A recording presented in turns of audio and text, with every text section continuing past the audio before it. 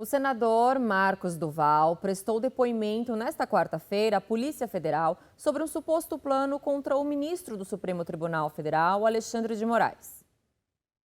O senador Marcos Duval, do Podemos do Espírito Santo, prestou um novo depoimento nesta quarta-feira à Polícia Federal sobre o suposto plano contra o ministro do Supremo Tribunal Federal, Alexandre de Moraes. O parlamentar foi ouvido sobre o caso pela segunda vez e ficou mais de 5 horas na sede da PF em Brasília.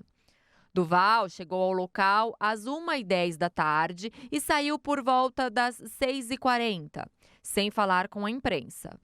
A apuração contra o senador foi aberta após ele fazer uma transmissão ao vivo pela internet, na qual afirmou que a revista Veja publicaria uma reportagem mostrando que o ex-presidente, Jair Bolsonaro, tentou coagi-lo a dar um golpe de Estado junto com ele e gravar o ministro do STF.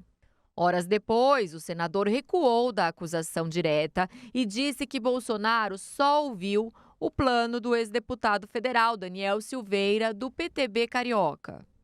O ex-presidente Bolsonaro prestou depoimento à PF sobre o caso na quarta-feira da semana passada. Confirmou a reunião com o Duval e Silveira em dezembro, mas negou que tivesse participado do suposto plano para gravar Moraes. A Justiça de Alagoas mantém absolvição de Arthur Lira em caso de rachadinhas. A denúncia foi julgada em segunda instância.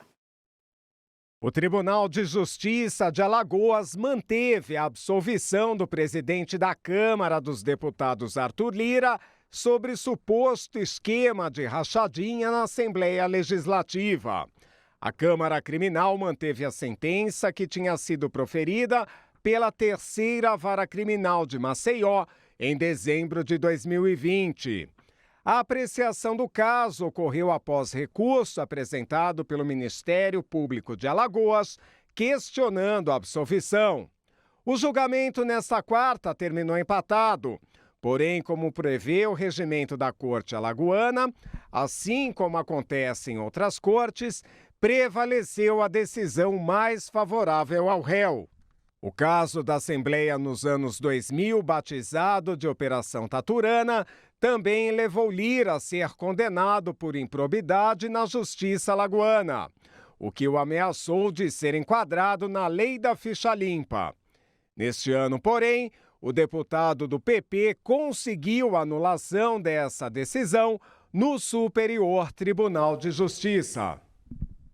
O governador do Rio Grande do Sul, Eduardo Leite, acionou o Ministério Público contra o ex-deputado Jean Willis, do PT, por homofobia. Willis teria chamado Leite de gay com homofobia internalizada.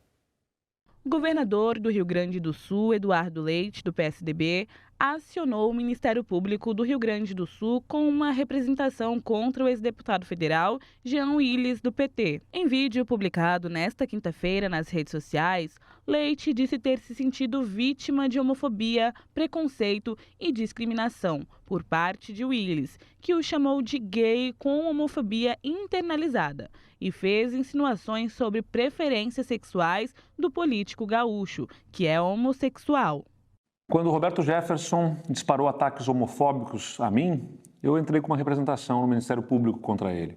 Quando o Bolsonaro, como presidente, veio ao Rio Grande do Sul e fez uma piada com insinuações de mau gosto, eu fiz uma interpelação judicial contra o presidente da República.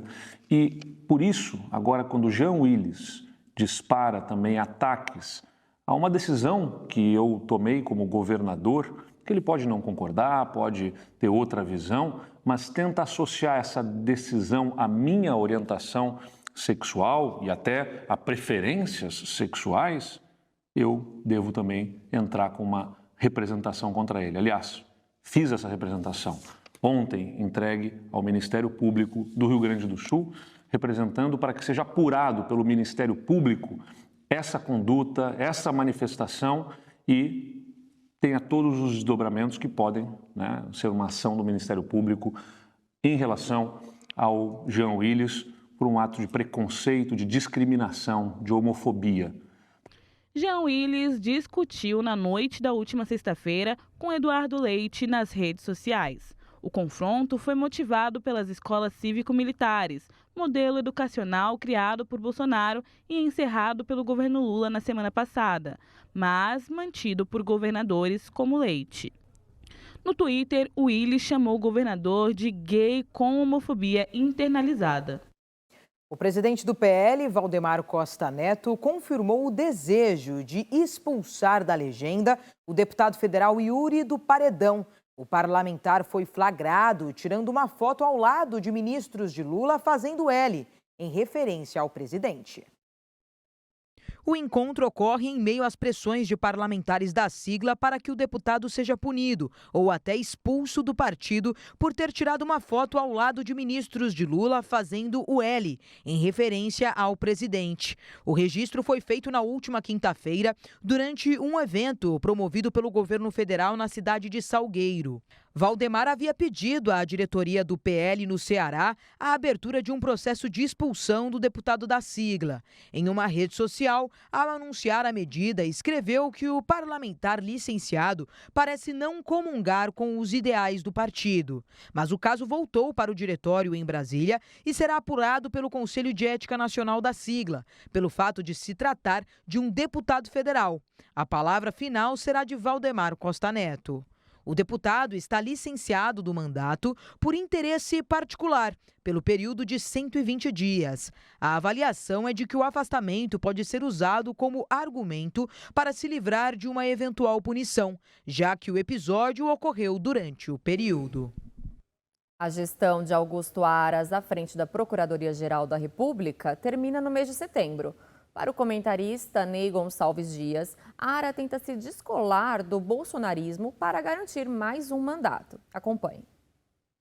Desde a indicação de Aras para o seu primeiro mandato, ela foi atípica. Ele não pertencia ao grupo de Raquel Dodge, da ex-procuradora, nem do ex-procurador Janot. Ele não fazia parte da lista tríplice, mas ele teve várias entrevistas com o presidente Jair Bolsonaro antes da indicação e Bolsonaro chegou a elogiar pelo seu patriotismo. Ele teve um papel fundamental na blindagem do governo do presidente Bolsonaro e do próprio presidente. Lembre-se do caso da pandemia, onde ele e a sua vice-procuradora Lindora Araújo deram uma espécie de proteção, de blindagem a todos os equívocos e erros provocados pelo presidente em falas e ações durante a pandemia da Covid-19. Embora seja um nome que tenha a aprovação de vários lulistas, porque ele é identificado como anti-lavagista, o procurador, a autoridade que acabou, que sepultou a Lava Jato. Não é comum o terceiro mandato, a terceira gestão de um procurador-geral da República.